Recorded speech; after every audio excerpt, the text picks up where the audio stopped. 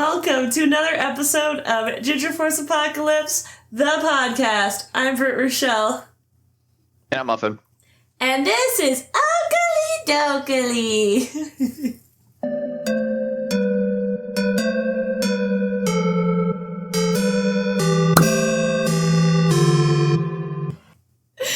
And I'm really happy to be here with Muffin and everyone currently watching on our live stream as we close in the second half of December. It's getting to the end of the year. Christmas is coming. How are your Christmas preparations coming, Muffin Sincere? Yo, thanks for the follow. JD.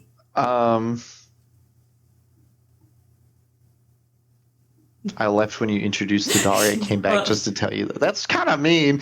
Tone down the millennial vibes. I'll do my best, but it's my little dude. I don't know what to tell you. You can like it or you cannot like it, but he is here. You know, Goober, what you could do is if you don't like her streams, you can come see mine. It's true. He doesn't have a little dog. You're right. I have 2 cats, in fact. One's sleeping right there. Oh, you can't see him. Right here. There he is. That's him. And then that's all Christmas presents behind me. Oh, speaking of which, I know I asked you how your Christmas preparations are going, but an extra curiosity onto that question. Do you wrap your own presents? Like, not your presents, obviously, but do you wrap presents, or does your wifey do it, or do you just throw it in a bag and go, Merry Christmas? It depends on what it is. Smaller stuff, we'll try and wrap it. Uh-huh. But, like, if it's, like, a big item, like, the box that Larry is currently laying on, this really big one, my wife said that it's mine. I'm not wrapping that. We sure as hell don't have enough wrapping paper. So that's just going to sit there. Okay. However, the smaller stuff that we got for my sister's kids, like, let's see here.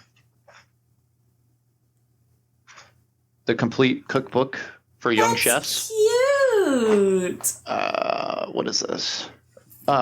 Play-Doh. Love Play-Doh. And then... Nice. Yeah. All of that is going to get wrapped. But as far as, like, the much bigger stuff, we're just going to leave it as is. All right. Sorry, Larry. Didn't mean to disturb you, bud. You want to come down and show yourself to the stream? You want to be on GFAP? Handsome boy. Handsome No, you're just going to sit and look at him. You're just sitting back there so proper. Sitting pretty. Anyways. We wrap most of what we can. We have stockings. We'll do stocking stuffers. Stocking stuffers, good. And then that's pretty much it. We don't really... we try to keep it minimal. It's usually about 2 gifts per person. Yeah, that's reasonable. Because we're not in the financial... Yeah. And even so, like, you know, with everyone getting each other presents, I feel like 2 gifts apiece is appropriate. Yeah. Yeah. What about you? What do you do? I'm a big proponent of wrapping. That big-ass box back there, it's going to have wrapping paper on it, going to slap a bow on it. I get the little, the label stickers that say to and from, and I stick that on there. I've done ribbons before. Ribbons are pretty extra, though, so I have to be... I don't know if it's a mood thing or a financial thing or a time thing, but I don't really... it's got to have wrapping paper, it's got to have a bow, and it's got to have a label, minimum. But if it... Even the... say I do Christmas pajamas. Mm-hmm. And so I have boxes for those, but I do generally just wrap them up. I just fold them real nice, wrap them, slap them, put them under the tree.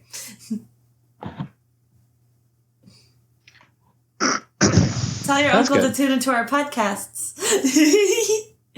No, what I'm really going nuts on this year is baking. I didn't feel like I didn't do enough last year. So I'm on my third batch of gingerbread. And still has yet to send any to Muffin. I'm baking a lot. Do you understand, Brittany, what that means? Do you understand what sincere is? Yes. If it's spelled correctly in Gaelic, it's gingerbread, okay? And you have yet to send me any gingerbread? Ooh, Sean, real quick. Our podcasts are on YouTube and OFTV. So, yeah, subscribe, tune in. Hell yeah. Hi, Gabe. Come on.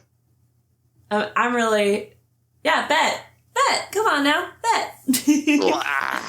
But, no, it was gonna be a surprise, but yeah, I am planning on sending the Muffin family some cookies. And yeah, Sean, it probably is what you think it is. But, yes, you will be, y'all be getting some cookies and hopefully some other things. Basket. Exactly, the basket. But yeah, so I'm gonna send y'all a care package. I have a cute little. I got some. You'll see it when you get it. But I got some little cookie boxes from Dollar Tree, and I got a bigger package of more plain boxes because a lot of my cookies.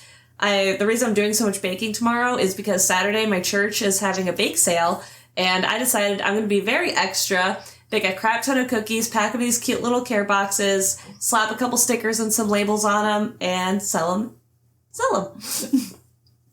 Imagine selling the baked goods. I mean, do you not buy baked goods? No, I make them. I also make them. That's what... yeah, right? Britt is always extra, Matt. Don't give her that. Have you seen my dog? He's in a sweater, for Christ's sakes. You know what you could do, just to be real cheap? Go to Aldi. Yeah. Pick up those nice, big trays of mixed pastries. Uh-huh. Separate them. Add some, decorative seasonal sprinkles to them. Mm-hmm. Repackage them. Sell them. But, see, that defeats the purpose of making them myself. No, you did make them yourself. You made them into their own little packages. But I didn't bake the goods. It's called hustling, sweetheart. Look it up.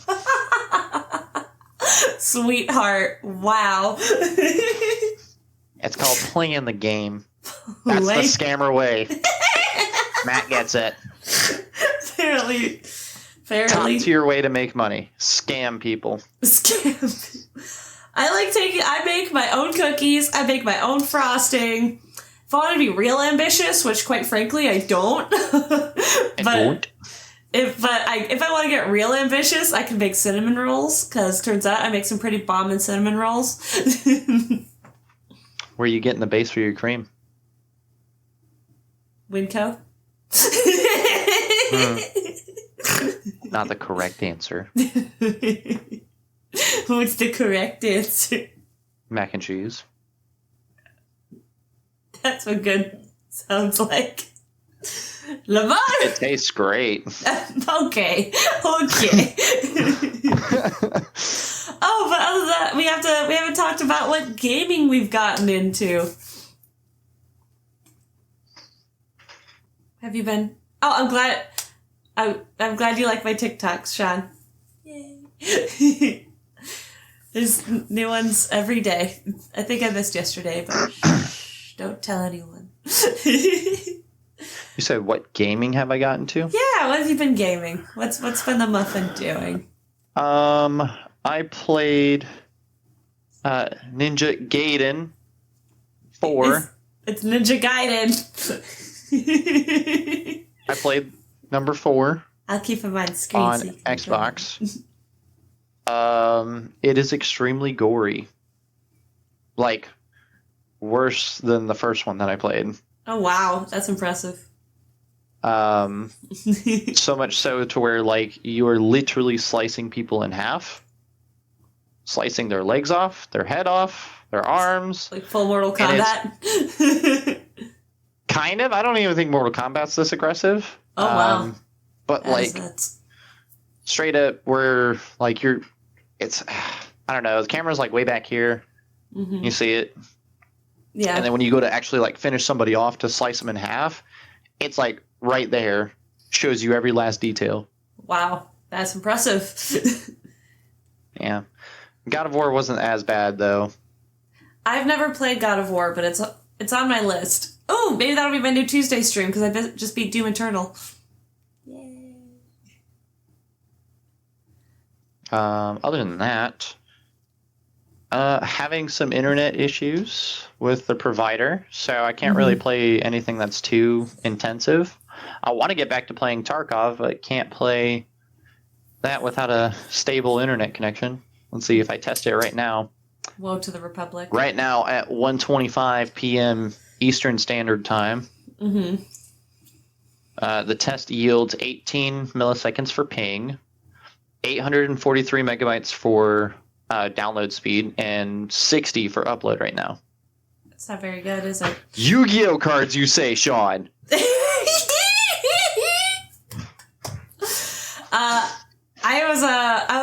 I recently got into Magic the Gathering. I used to watch the Yu-Gi-Oh anime, but I never really learned how to play the game. But I freaking love Yu-Gi-Oh. Yu-Gi-Oh! Hold on now, let me get all my cards.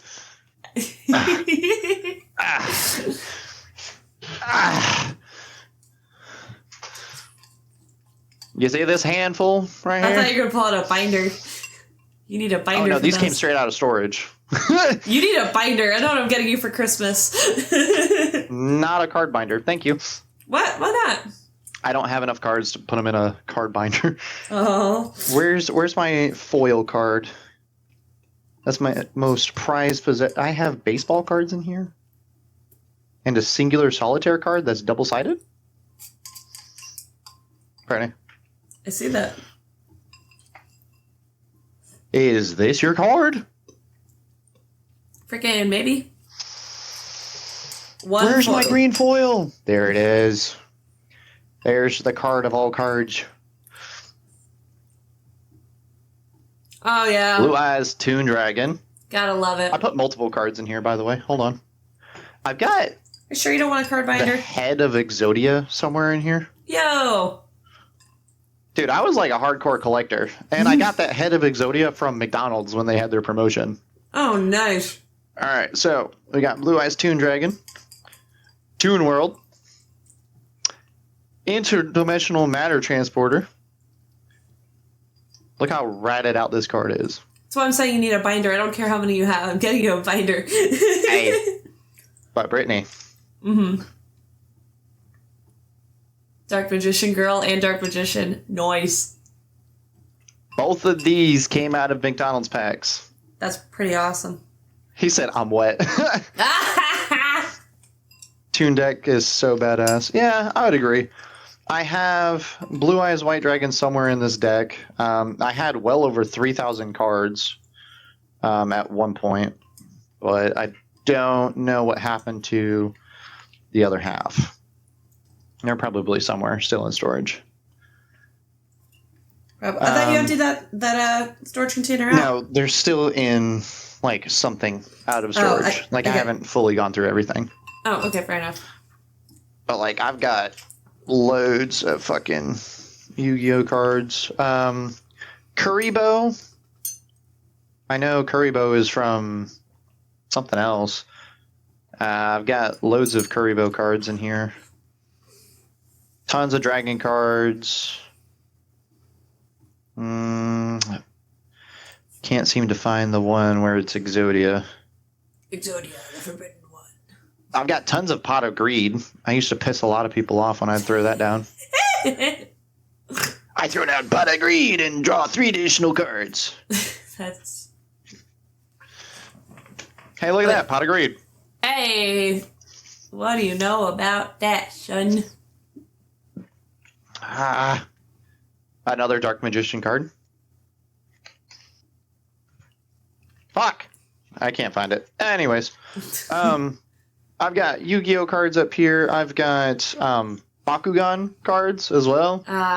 Good old Bakugan. Yeah. Now, was Bakugan, were the cards played alongside the Rip It toys, or like were those separate games? Well, there's a metal plate on the inside of this. Okay. So when you lay it down, you'd roll the toy onto it and pop out. Oh, okay. Oh, Beyblade, And that's how thank you. Played it. Right. I have Beyblades too. Beyblade's Let Her Rip, and the I remember Bakugan's you roll it on like you said. That's pretty awesome. I clearly didn't play either, but I remember all the commercials. Beyblade, Let Her Rip, and Bakugan. I don't remember the actual slogan, but I remember it being that because Bakugan and Beyblade were also around the same time as Bionicles. I've got my Bakugan up here. Hold on. Uh-oh. There goes my Game Boy. I said Bionicles were cool, but I never had Bionicles. Oh, wow. There we go. Dwagon! Yeah, I've got a lot of smaller ones too, but I mean, it's kind of hard to do that. Pull them out, you know. You said Dragonoid. Yeah, Dragonoid. I've got the smaller one. I've got the upgraded one. I've got all the good ones. I stole quite a bit of them, in fact, unfortunately. You say unfortunately, but... I mean, looking back at it, I really wish I didn't steal them. But, I mean, I guess that's just a morality thing on my end. You're just a rough and tumble kid. No, because, like, I stole a lot of useless shit, you know? And that was the curry bow one I was looking for earlier. Cute. Came from McDonald's. McDonald's. Dude, McDonald's had a lot of good cards. Specifically that they all came in, like, packs of 5. Oh, did they? That's freaking awesome. Yeah. So you're not alone. Yeah, but dude, I stole a lot of shit. I, in fact, really hate to throw myself out there like this. When I was younger, there was a middle school that I went to that had a snack bar, like shed, on the side of the property. During summer, I went over to the snack shed with a hammer and a crowbar. And Jesus Christ. Broke the lock off the door, broke into the shed, and stole all the snacks, and then sold them during freshman year of high school. That's diabolical. I made a good amount of money, okay? See, I mean, I had an entrepreneurial spirit myself, but I think the most I did in 6th grade, I sold my Halloween candy for like $0.25 a piece. Oh no, there ain't no $0.25 a piece here. You wanted a Snickers bar, like Snickers, you were paying $1.50 per bar. And I had like 35 of each bar. Wait, I took 4 backpacks, shoved all the snacks in. Wait, so over 10 years ago, because I'm going to age this a little bit, because your freshman year of high school, so it'd be over 10 years ago. You were selling... I graduated high school in 2015. So did I. Freshman year was 2011. Yeah, so over 10 years ago. Yeah. Bro, that means you were selling back then what would have been a 79-cent candy bar, maybe $1 for like $1.50. Yeah. That's crazy work. I mean, by the end of the week, I had more than enough money. One, I dropped back by the shed after closing hours, obviously. I left a brand new lock and door handle for them. And then just left. The rest of the money I went to spend on GameStop year cards because they were $63 and 22 cents after taxes. Oh my god. So, did all that. And then the rest of it, I think I just wasted it on snacks, food. I was a rebel. You were a bad kid. No. Yeah, boy. He once loaned in the company gas card, never asked for it back for a month.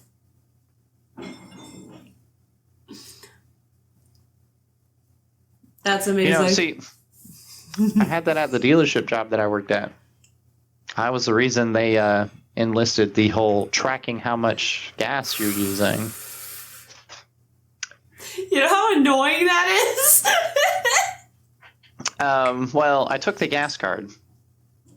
Took the, I think, 3 20-gallon tanks that we had at the house. Filled up 60 gallons worth of gas. Like a month before hurricane season 2, mind you. Okay, so that was, just thinking ahead. No. It wasn't. It wasn't anywhere part of that. It just kind of magically happened that way. Stash all the gas. And then when I got back to work, the next week, they were like, hey, you know anything about the gas usage that's gone up? About like 80 gallons? 80 gallons specifically. I was like, what? No. I've been tracking everything. They're like, yeah, the card's at like $400 worth of, what we have to pay back. And I was like, dude, I have no idea. Somebody else has to have the card. That's crazy.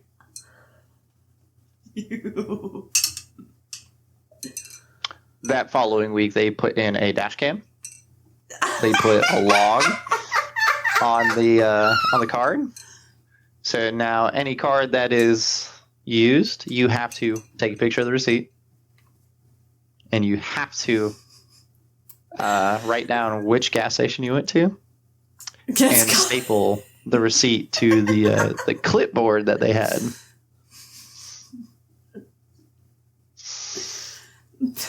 And no, I didn't get caught. I got fired for another reason. Well, now you gotta tell that story. I went to deliver parts to a collision center, and instead of putting it in park, I put it in 1. Mm-hmm. And the car slowly rolled forward into a Porsche Carrera GT. Oh. Smashing the bumper. Uh-huh. That was a $92,000 car, so yeah. They said, hey, so you damaged a car. We're going to have to let you go. And I was like, fair. That's where I got lucky, I guess, because I also worked for a dealership a few moons ago, and it was a Ford dealership. And thankfully, again, for what, they're freaking Fords. I'm just going to say that. I'm not a fan of the Ford brand. But the job there was fine. But the cars were just... But I worked in the service department, so I mainly worked like clerical stuff, front desk, checking people out. But every now and again, if there was a porter busy, I would park the cars. I'm a good driver, whatever. Except for one day, it was like an F-250, I want to say. And I was trying to park the vehicle, and it was huge. And I scraped the side of like a green Focus, I want to say it was. And then I went, shit, and then, tried to back out, and I backed into another car. So in that way, I damaged 3 cars in 30 seconds, and I freaked out. I was like, oh my God, I'm going to get fired. This is the worst ever. I damaged 3 cars in 30 seconds. And my boss came out, took a look at it, and was like, well, this is why we have insurance. Okay, well, you're just gonna, it's Friday, closing time, just go in for a drug test Monday, make sure you're not on anything, because I wasn't, but, it's just protocol, go in for a drug test, make sure I wasn't driving under the influence when the accident happened. Everything came back clean, and they basically just didn't let me drive for a while. But I got to keep my job, so that was pretty cool. I just sent you a link of the car, the exact car that I hit. The $92,000 car. Oh, that's a beaut. That's a pretty car. And you wrecked it? No, the whole rear end bumper. If Yeah. you tab through the pictures to the bumper, Yeah. where you see the taillights, the parking sensors, and the rear bumper on the left corner panel, Yeah. the entire rear bumper was technically non-salvageable. Bro, that's rough. That's rough, buddy. Yeah. But that one there is $119,000. Thank God it wasn't in the 6 digits. But You can finance it for $1,160 a month. I'm good. I don't need a Porsche. Nah. I want a manual car. That's all I want. That's fair. See, nobody around here knows how to drive it, so nobody can steal it. That makes My neighbors sense. would be useless. I don't know how to drive stick either. That's why you drive the van and RV there yet. Yes, but driving that RV is just a fucking nightmare. so stressful. All right, what do you say we get into some news? I've been waiting on you, damn it. Yeah, how do you feel about that? We were gabbing. Yep. See, that's where she likes to pull the cord on you. She's the reason we're always late. I'm sorry, we're having fun. Sorry, this is a podcast. I was just trying to have a transition. No, I see what you were doing. Go ahead, pull out the recorder, pull out your little microphone. You caught me in some illegal activities. Go ahead, report me to the authorities. No, I thought I was doing a cute transition, and you're like, yeah, let's issue blame. I'm like, what? God. What? Get to it.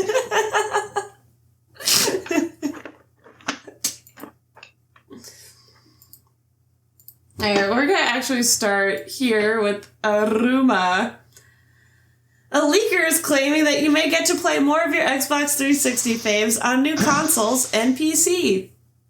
Microsoft is reportedly exploring backward compatibility for the Xbox 360 games on Windows, which could extend to Windows-based handhelds, such as the ROG Ally line, as well as the company's next-gen console. That's according to a well-known leaker who also shared additional details about the alleged Xbox initiative.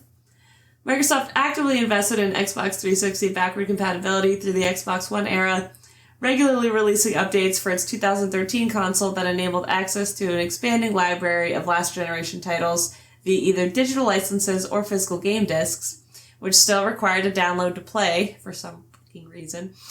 However, the Xbox backward compatibility program officially ended in November 2021, with the company citing licensing, legal, and technical constraints as the chief reason it had reached the limit of what could feasibly be added.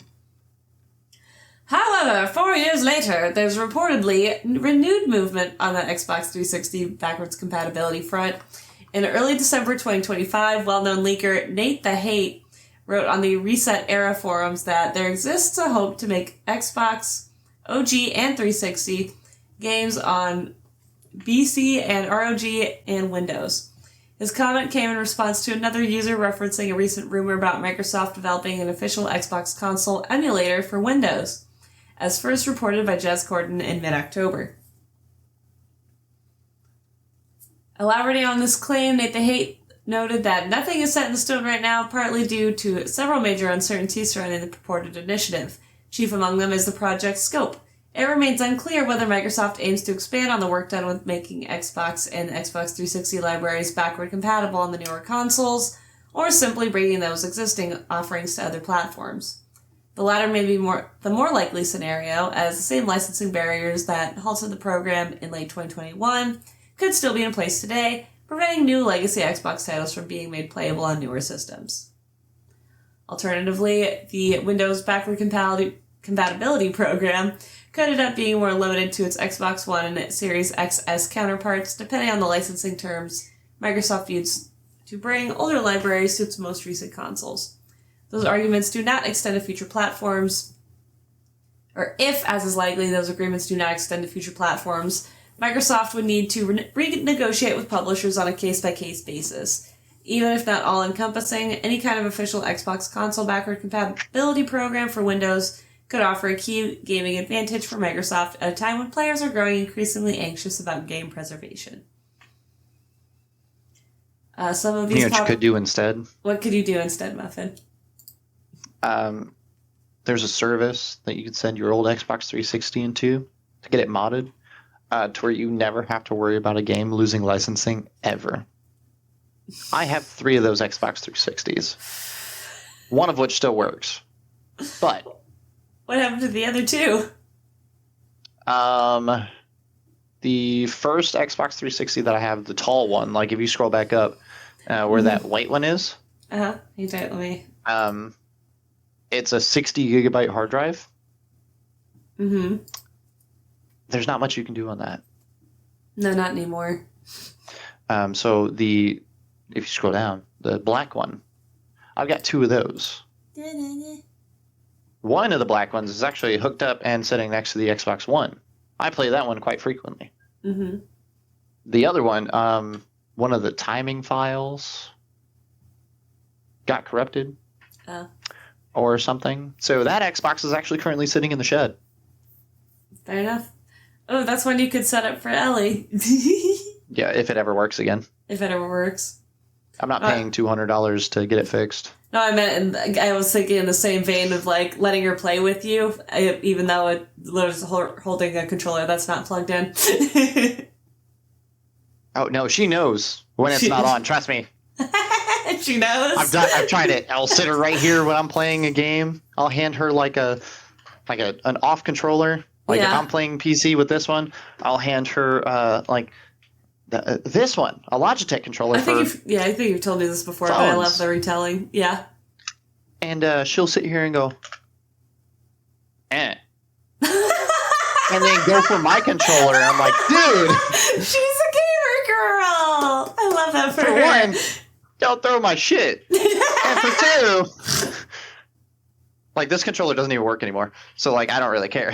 Right. But well, that's why you give it. Why are you throwing my shit? Because she's bad. She wants to play a game. I've got let's see here. I've got another Xbox controller in here. Everything's kind of exposed though, and I don't want her licking it. That makes sense. Sounds like something she would do. I've got 2 PSPs in here. I've got some razor blades. I've got a Nintendo DS. Nice. I've got another Xbox controller. And I've got fuck you cards. What are those kind of cards? They're NFC cards, programmable NFC cards. Okay. So I could program anything I want onto these cards, tap your phone, and it will open up whatever I program it to. It will format your phone if I program it to. So that's why they're called fuck you cards. Jesus Christ. To answer your question, Spider, I grew up on PlayStation, so I'm a PlayStation girly at heart, but there's not a lot of really good games on Xbox too, so I'm kind of... I guess I'm a fence sitter now. PC gaming. There we go. Somewhere in between. I'd start with the same. I was on PlayStation. This is just going to be a recurring event. My PlayStation's actually sitting over there on the table. Yay! Under all those boxes. It won't read the memory card, so I have to figure out what's going on with that. But when that's figured out, I will be busting out some PlayStation 2. Oh, that reminds me. A few weeks ago, I tried to play Spyro Enter the Dragonfly because I got my PS2 copy and I got my PS2 hooked up, and I thought it was going to be great. For one, I don't know if it's the disc. I think it is the disc, actually. I think it might be a little more jacked than I realized, so I found a place I can clean it and get it refurbed and all that. But the problem was, even when I could get the game to run, it ran horribly, which you could still blame on the disc, but from everything I've read online, every review I've seen, that's just kind of how that Spyro game plays, because it's kind of the worst game in the series, because it's half-baked, doesn't work very well, floaty controls, basically anything you could have done wrong in that game, they did wrong. Alright. I played Spyro a Hero's Tale for a little bit to compare, and it's so much better. All right, we do have an update on the Rockstar case over in the UK, where a bunch of people were fired, and people think unreasonably so. The late October firing of 31 Grand Theft Auto 6 developers from Rockstar Games has drawn the attention of Sir Keir Starmer, the Prime Minister of the UK, who discussed the matter after an MP shared their concerns. Starmer said that the ongoing case against GTA 6 developer and publisher was deeply concerning, and said that ministers would look into the matter. In late October, just to recap, Rockstar Games North fired 31 former staff members from the GTA 6 development team. The developers subsequently claimed that the reason for their release was due to some alleged leaks of Rockstar company secrets via a Discord server that was maintained by members of the Independent Workers' Union of Great Britain, which included union members who are not employed by Rockstar Games. Some discussions that took place in the IWGB Discord pertained to union resources and discussions about pay and working conditions with various companies. Before the firings took place, Rockstar Games purged several sections of its Slack server as a way to avoid distractions while at work. After Rockstar explained its reasons for the GTA 6 staff firings and denied claims that it was engaged in union busting, a British government official shared their concerns with the Prime Minister. Chris Murray, the local MP of Rockstar North's Edinburgh office, discussed the Rockstar situation with Starmer on December 10th. Murray said that he had previously met with Rockstar North after the IWGB's accusations of union busting came to light. Murray said, having met Rockstar, they failed to reassure me that they are following employment law, and I share concerns about union busting. After Murray asked him if all companies must follow the UK employment law, Starmer said, it's a deeply concerning case. Starmer stated that every worker has the right to join a trade union and that he would have ministers look into the Rockstar case going forward. So, in the aftermath of Rockstar Games' controversial firing, several former staffers and union activists protested outside Rockstar's office in Edinburgh, Scotland on November 6th. Days later, on November 13th, the IWGB reported that 220 Rockstar employees signed a joint letter addressed to the company's management to demand that Rockstar reinstate the 31 former GTA 6 staff members immediately. The letters followed up with more protests outside Take-Two's London and Paris offices on November 14th, alongside another protest outside Rockstar North's Edinburgh office on November 18th. However, Rockstar remained firm in its decision to fire the 31 former staffers. And this delay did happen, the firings happened days before Rockstar announced that GTA 6 would be delayed again to November 19th of next year, as the company claimed the project needed more polish to meet the standards of its fans. So. All right, Sean. We'll see you later, bud. See you Thanks later. for stopping in. If you're able to, come by the stream tonight. We'll be streaming RV there yet.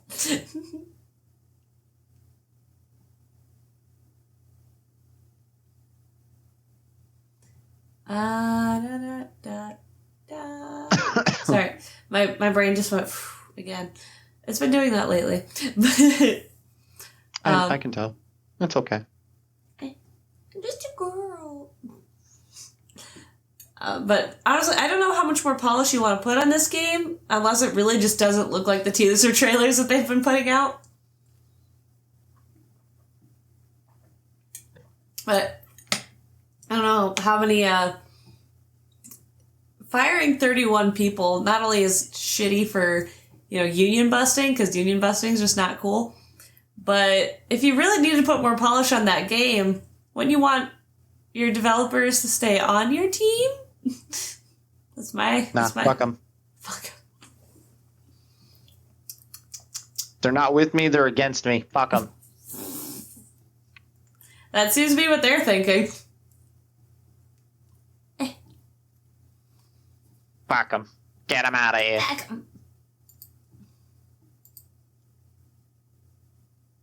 Alright, this is an interesting one. Logitech G study finds that Gen Z men foregoing pubs for online gaming. Every generation has its preference for where they go to socialize. For many decades, a popular spot for socialization has been the pub. For the longest time, the pub was the perfect place to have a weekly get-together, buy a few pints, and catch up with your found family. But as the cost of living goes up astronomically across the board, young men are starting to look for other ways to socialize that don't put additional financial strain on them. During the pandemic, online gaming provided many young people with the opportunity to stay in touch and socialize in a virtual world. Now online gaming has become a much more attractive alternative to Gen Z than going out to the pub for a night of drinking pint after pint. So it looks like, so the social hub for Gen Z men, 38% said online gaming, 18% said pub or bar, 13% said sports. And I'm saying sports over video games. Outdoorsy people. People who play tennis and badminton and golf. No. Just find a video game. What is wrong with you? I mean, I don't disagree, and I'll explain in a minute, but here's why young men are ditching the pub. I'm a young woman. I am not in this demographic. Well, by some metrics, I'm an old woman. But, yeah, 50... By all metrics. Young men seem to be ditching the pub, mostly for affordability. It's true, you could literally just get a six-pack. Say, for me, I don't drink beer, but when I want something other than, with a spritzer or wine, I'll get Angry Orchards. I like ciders. You can get a six-pack of those for, like, $10, or you could pay, like, $8 to $10 for a single, cider at a pub. So it is way more cost-effective. Just drink at home and game with the boys. Also, relaxation. You don't have to go anywhere to game except for, bed to desk. And again, same idea, convenience. Instead of, say, trying to figure out everyone's schedules so that you can drive from, everyone lives different places. So, drive from all different directions, figure out budgets, designated drivers, the sequence of events as it pertains to bar hopping if you're, not just staying at one bar. And, so way more convenient to just, again, grab a cold one out of the fridge, sit your ass down, and, get on the chat. So, thanks for liking the live, Luis. As a non-pub goer yourself, or I guess you've never really been a drinker, but you've been to the bars, right? You've gone bar hopping with your friends or met up with your buddies at a club or something. No. No? No. Never? No, because when I go, oh, I don't drink, they go, oh. Okay. And then that's the end of the conversation. That sounds lame. You know what happens when so my sister, that's a bad example. Again, she was straight edge for a while and did not have a driver's license, and it was a problem because she could have been the perfect DD. No, whenever, say, I had work in the morning, or say Melanie, an old friend of mine, whenever she had class, like, oh, I'm not drinking tonight, it was, oh, cool, you're the DD. Woo! And we'd all hang out and have a great time. And again, we had no problem just assigning that to each other because we all had to take turns, again, except for my sister who doesn't drive, but that was a different issue. Okay, but just imagine going, oh, I'm not drinking tonight, and then they go, oh, yeah, so you're driving then. Yeah. I didn't want to drink. Why do I want to drive? Well, because you want your friends to stay home and not do anything. You want your friends to get home safe. You say, Uber imagine, for a like, reason. I've been in that situation. If I go, oh, I'm not drinking tonight, cool, you're driving. I'm like, oh, shucks, all right, let's go to the club. It's called being a good sport.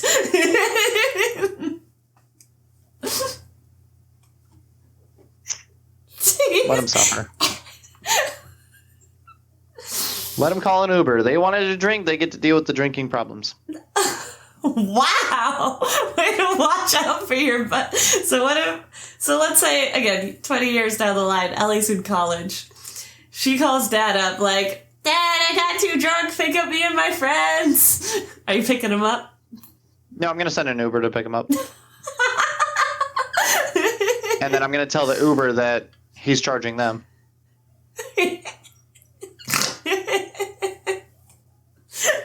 Look, suffer the consequences. Jesus. Jesus ain't got nothing to do with it. He was the one that went drinking. Oh, this is...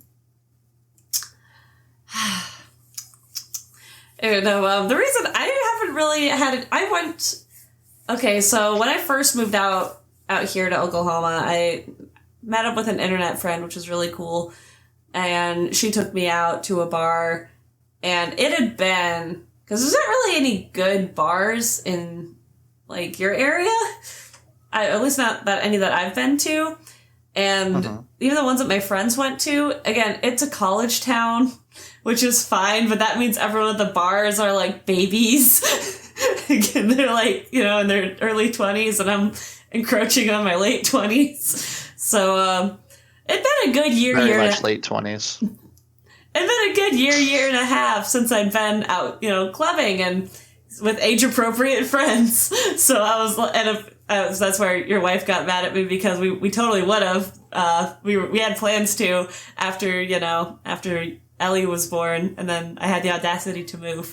But yeah, the caucasity of this woman is ridiculous. But no, so again, it's the first time like a year and a half that I'm out drinking, and I go way overboard, and I have someone, thankfully, I have, you know, a good friend who carried me out of the bar and took me home and put me to bed. I didn't wake up till like 2 the next day, and after that, I didn't go out for a while, and then I got invited out. There's a couple good line dancing bars out here that are really fun. And I like the line dancing, but I went because it was a girlfriend's birthday. So I went out bar hopping with her. And I get it when you're like young and first going to bars. Bar hopping is great and it's fun because you're experiencing all the different things. It's really like a baby, you know, how babies, they look at the mobile and they're just like, oh my God, look at all the stuff that's, like, you know, going on. But like the adult version, it's like, oh, look at that bar, look at that bar, look at that bar. We got to do all the things. But now if I go out to a bar, I want to find one, stay at one, and just be there. I don't want to open up a million different bar tabs. I don't want, you know, to go to a crowded place where there's no seating. I want to find my seat and sit down. But again, the argument here is more convenient.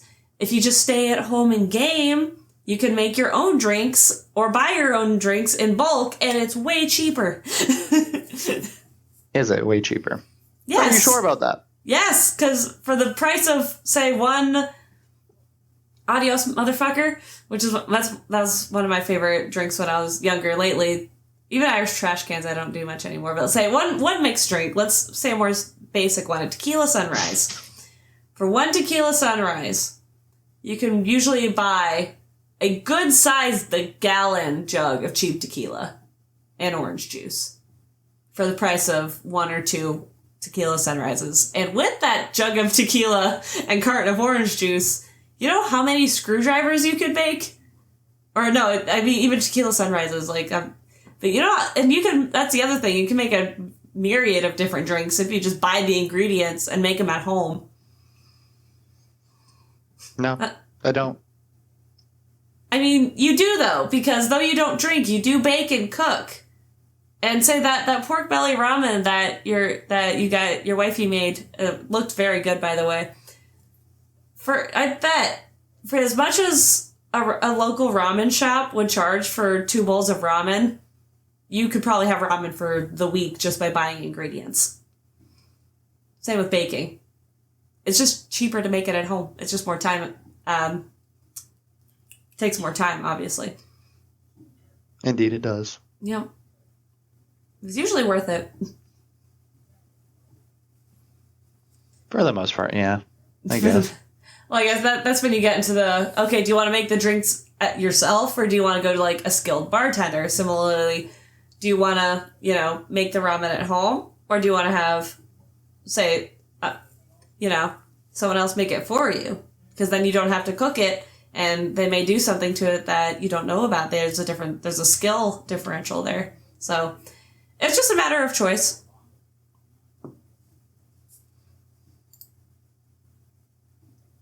We choose all of the above.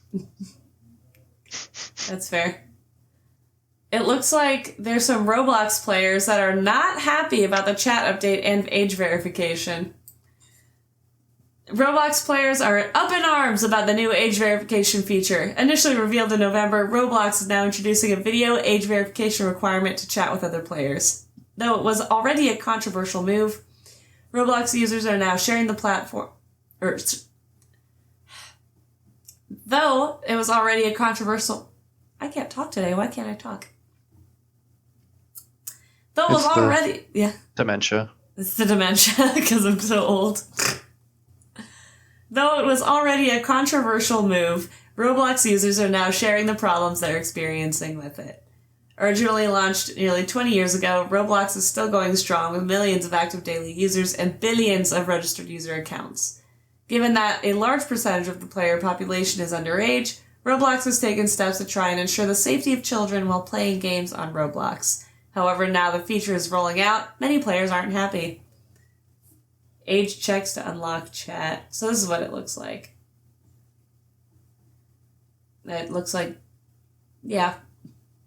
In November, Roblox, yeah, we already said that. Anyways, users have already flooded the Roblox subreddit to share their complaints and problems that they're having.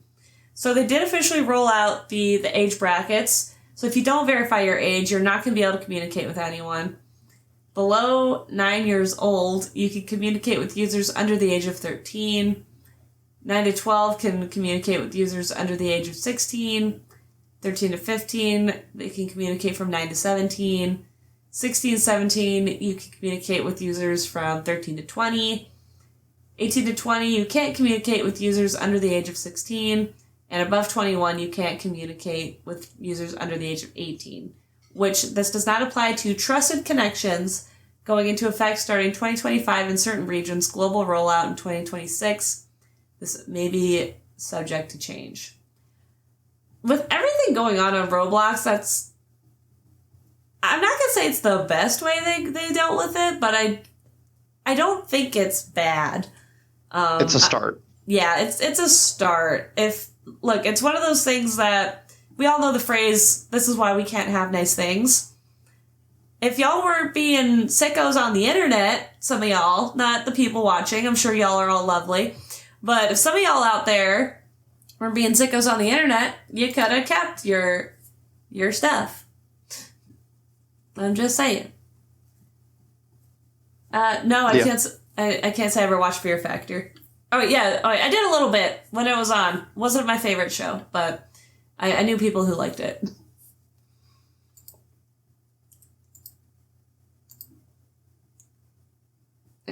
So, The Last of Us co-creator and Uncharted 4 director will reveal his first game in 9 years at the Game Awards. 9 years is kind of a long time between games. That's why people bitch about Kingdom Hearts so much, because there's such a gap between sequels. The Game Awards will play host to another new game announcement as a studio founded by The Last of Us co-creator Bruce Straley will soon reveal its debut title during the show.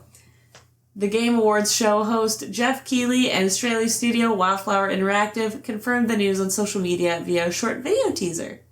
As Wildflower Interactive studio lead, Straley has decades of game development experience, with the majority of his career spent working at Naughty Dog. During his time with Sony's subsidiary studio, Straley co-created The Last of Us alongside Neil Druckmann and was the game creator of both Uncharted 2 Among Thieves and Uncharted 4 A Thief's End.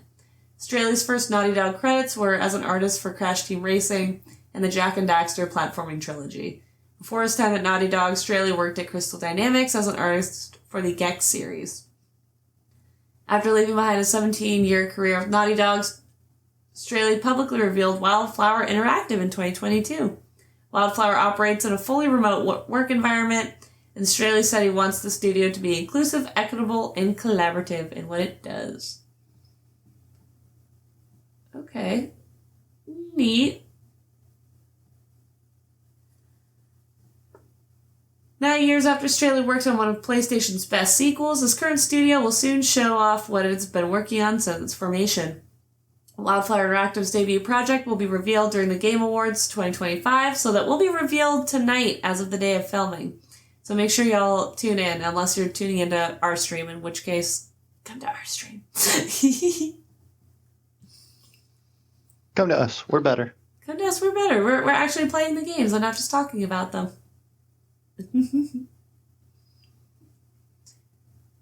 Let's see. The trailer then faded. Let's go. The video shows the Uncharted movie's not as good, Spider. No, I haven't played or seen it, so I don't know. I saw Tom Holland's in the movie. Yeah, so I've not played The Last of Us more than a couple hours. I never beat it. But from what I could tell, it seemed like a good game. So the fact that they're actually, we're getting a new game from the developer, why not? This sounds really cool. Though I did hear mixed reviews on The Last of Us Part 2. I heard it was kind of weird. It's just a remake of a remake of a remake of a remake. Isn't everything? I mean, for the amount of remakes, though, that have come off of The Last of Us, it's kind of ridiculous, to be quite honest. I could see that.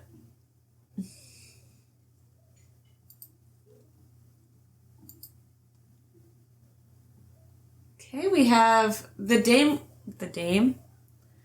have the Game Awards 2025 confirming one of the biggest upcoming PS5 exclusive games for the show. I actually was pretty intrigued by this one because we're encroaching the end of an era for console exclusivity. Given the fact everything on Xbox is about to be on Steam with the new Xbox console, and PC gaming is, kind of shot that in the face a lot with emulators and accessibility and all that. Let's see what this is. Saros, the hotly anticipated spiritual successor to Returnal, will be at the Game Awards on December 11th.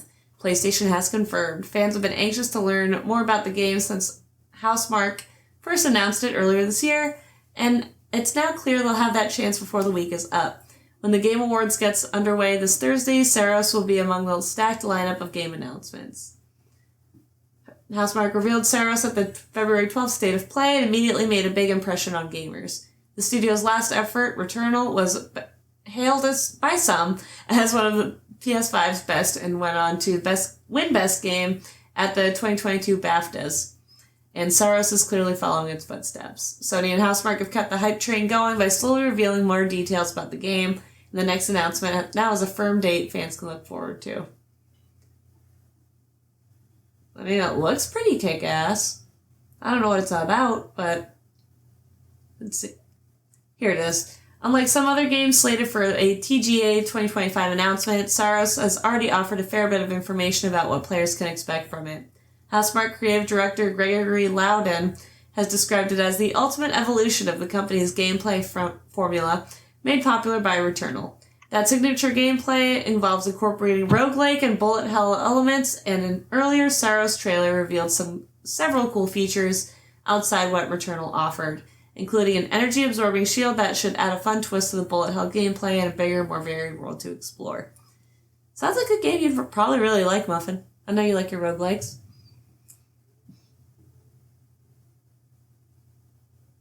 Let's see what... We got some promo images, too.